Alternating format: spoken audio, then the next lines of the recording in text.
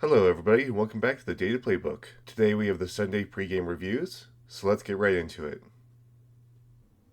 Here you have the Broncos in Houston, where Houston is favored on the money line with a spread of 1.5 and a total point line of 40.5. So looking at the Broncos, their rankings are all pretty good. Almost everything's above average. They're very good at stopping their opponents from scoring, and they're very good at rushing. Like I said, everything else is about average or higher than average, other than their use of tight ends. Now, they do face one of the toughest teams defensively in terms of their rankings, with Houston being the toughest to score on, and they have a very good passing. Both their passing and rushing ranks are very high, as well as stopping tight ends. But offensively, they're just about average, with a subpar scoring rank. So we'll see what happens in this game, and then I'll just switch over to the averages so you can correlate those numbers up to those rankings.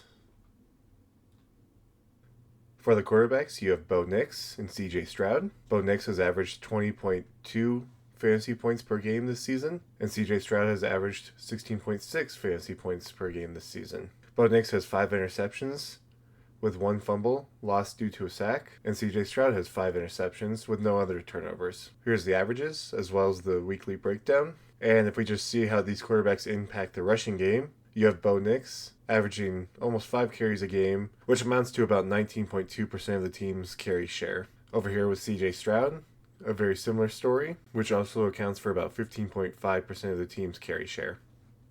For your running backs, you have J.K. Dobbins and Nick Chubb. Dobbins has 12.5 average fantasy points per game this season, and Nick Chubb averages 8.5.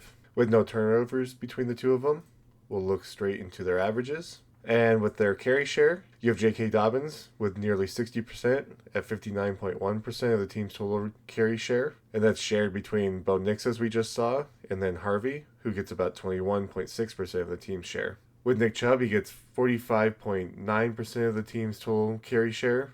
That's shared heavily with Woody Marks at 32%. And then the next largest, as we saw, was C.J. Stroud.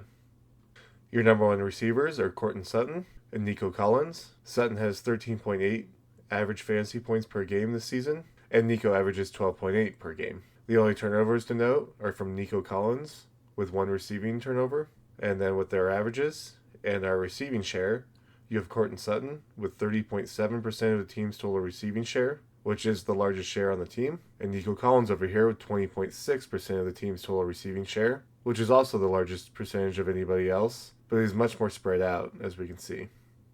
And then just looking at the number 2 receivers, you have Troy Franklin and Christian Kirk. Franklin averaging 12 fantasy points per game this season, and Kirk averaging almost 7 fantasy points per game.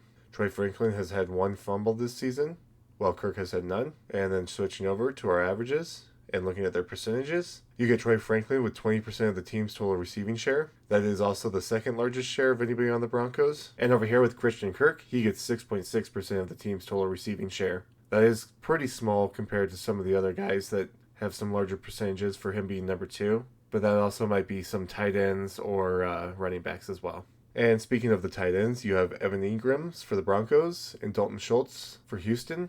Evan Ingram has averaged 7.7 fantasy points per game, and Dalton Schultz has averaged 8.9 fantasy points per game. With no turnovers, we'll go straight in the averages and look at their share. So you have Evan Ingram down here with his share popped out here. I think that's about 17% or so, somewhere around that 15%. And over here with Dalton Schultz, you have him at 18.7%. So this might be a tough game for the Broncos offensively, since they're facing a very good team defensively, and they've had a hard time getting the offense going at times. But we'll see if their defense can save them out of this one from an offense that doesn't seem like they're the best, about average. May come down to a big defensive game, may come down to a very low scoring game. So we'll see how it all turns out. So that's all I have for this game today. I hope you enjoyed. If you did, leave a like and subscribe, and leave a comment on what else you might want to see in the future. Other than that, thank you so much for watching.